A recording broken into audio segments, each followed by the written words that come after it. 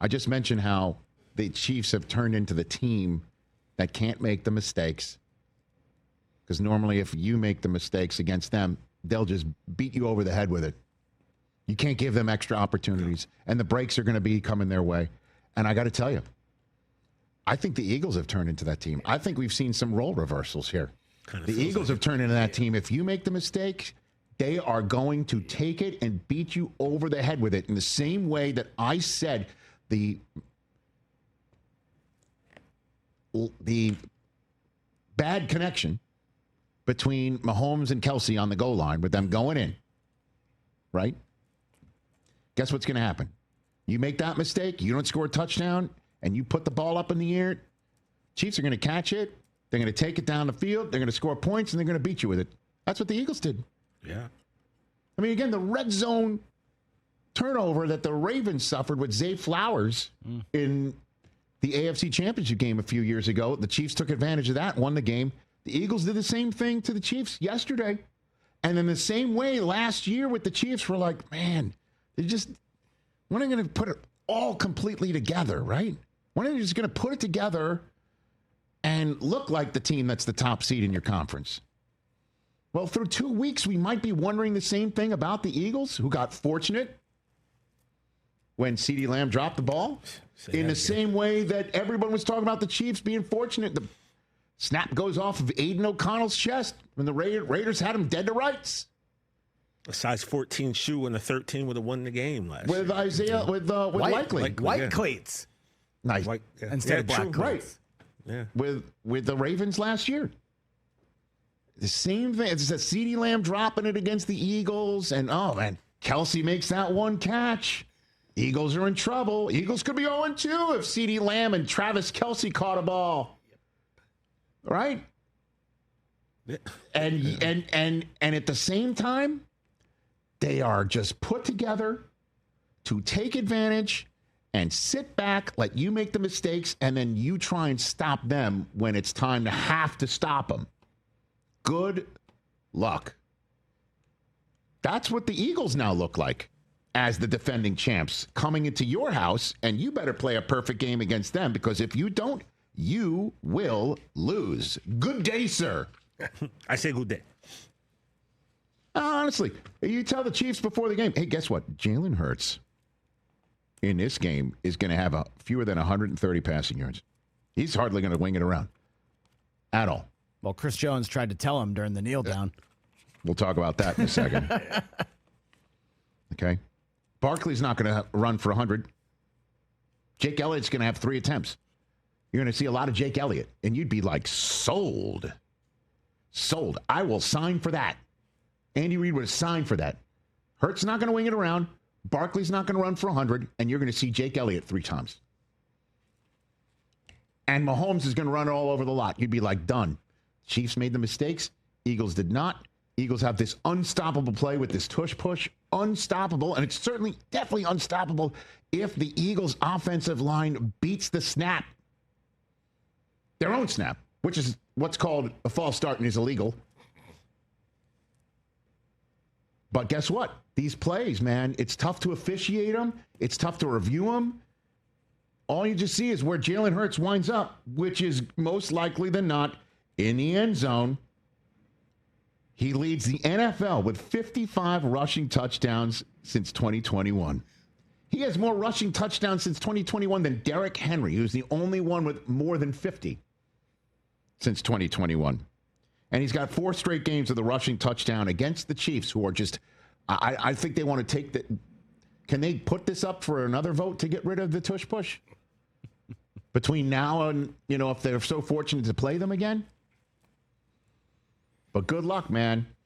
Because the Eagles have this air of, they certainly have an air of invincibility when it's the tush push lineup. And it just permeates out from that. Oh, A.J. Brown can hardly do a thing. Devontae Smith is hurt. Guess what? He's going to get off the mat, and he's going to break your back. He lands on his back and then breaks the other team's back. Saquon Barkley, hold him for less than 100. He'll still score a touchdown, and so will Jalen Hurts.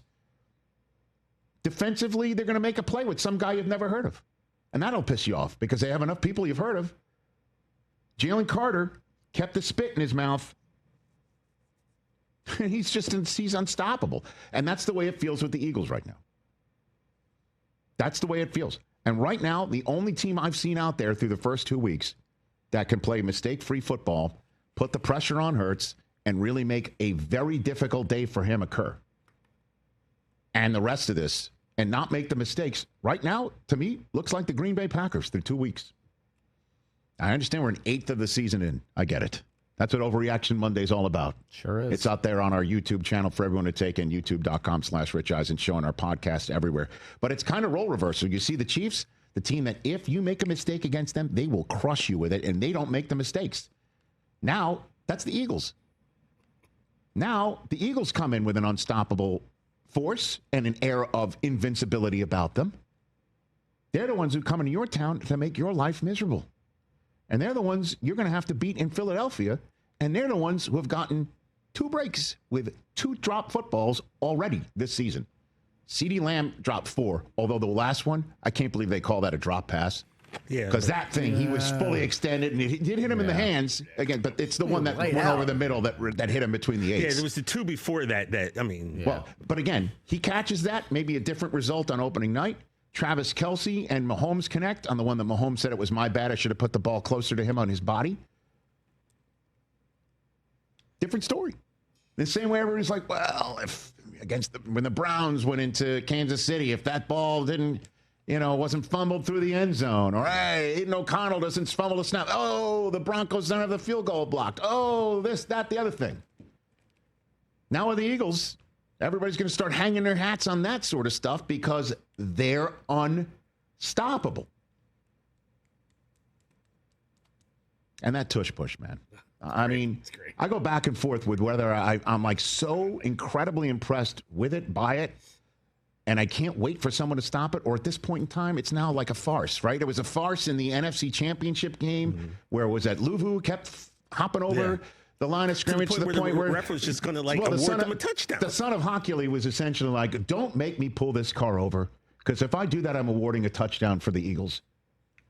And now, if the Eagles are going to be allowed to false start, fire off before the snap, then it's definitely unstoppable. Yeah, I mean, the guards' helmets are ahead come on of the now, ball. but so what is a referee supposed to get down on like his or her stomach to get down and get the proper sight line? Well, yeah, if that's what it takes. Everyone else can do this. That's the other point. I don't understand why teams aren't doing it. Yes, they can. Everyone else can do this. 31 other teams. Banning it makes you anti-Eagles. I don't know. I think you need to get a quarterback who squats like 600 Hurts, pounds. Who can squat 600 pounds, and 3 guys up front. Every team has 5 300-pounders. Everyone has obese players. You can just push them from behind. Is this what the Chiefs? We have the Chiefs sound bites on this. Who's first up, Mr. Hoskins? Chris Jones on the tush push. Hit it.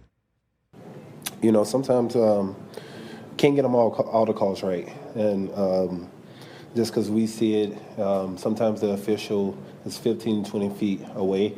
Sometimes it can miss those small things, and we think he jumped multiple times. So an official didn't see it, so it wasn't called. And, we just got to go play the next down. Is that something you guys have seen on tape before as you prepared for this? Does that happen sometimes? It happens. People jump all the time. It's just, if the officials see it, they'll call it. I don't think they've seen it those few plays, and we didn't get a call. It's tough to officiate, man. It's damn right impossible to officiate. Andy Reid, I believe, commented on it as well. Let's hear what the coach has to say. Yeah, you try to get penetration is what you try to do and be able to stop it. But that's a pretty rough one. I might have had a couple of them that they got off a little early on, but we'll look at that. Now, of course, he was going to be more diplomatic. Nick Sirianni, this is all brought to the attention of the Philadelphia Eagles head coach. I have not heard this soundbite. I'm just going to assume it is the most corporate, if you will, calm way to express in the English language the letters of GFY. That's in the GFY part of the menu. He was like Bash Brother and one of the assistant coaches on the sideline. Hit it. Yeah, we got to be very good at it because, again, like I said, teams are, I would argue that they were in the neutral zone a lot, and taking every inch that they had. They called the first one to back them up. I didn't think they necessarily backed up, but it is what it is. And they're going to do other things to try to stop that with, the way, again, don't want to get too much into it, but they're doing everything they can do. So it's a little bit, there's a little bit of gamesmanship on both sides with that. We know, though, that we have to be perfect with it, with how we come off the football, timing it up, all those different things. Because again, we know we have to be perfect with it. We got to get better at that portion of it, being perfect with it. When you're running that play, everyone knows you're running that play. So there's something pretty cool about being able to execute a play when you know exactly what's coming, and it just speaks to the volumes of our guys, and that's a heck of a football team. It personifies the Eagles. We're coming to your town, and you can't stop us. It's the personification of what, by the way, any champion wants to be, not just the Eagles. Any champion wants to be. We're coming to your town, you can't stop us. And if you boil that down to one play, the whole world knows we're going to run it, and you can't stop it. And it is infuriating and deflating and absolutely something the Eagles run better than anybody else in any play in any sport that I've ever seen. And you can't stop it. You can't even hope to contain it. Can't even hope to contain it. That's what the Eagles are like 2 games in right now. Hey, you made it all the way to the end. Thanks for that. Check us out every single day streaming live on Disney Plus and the ESPN app 12 to 3 Eastern.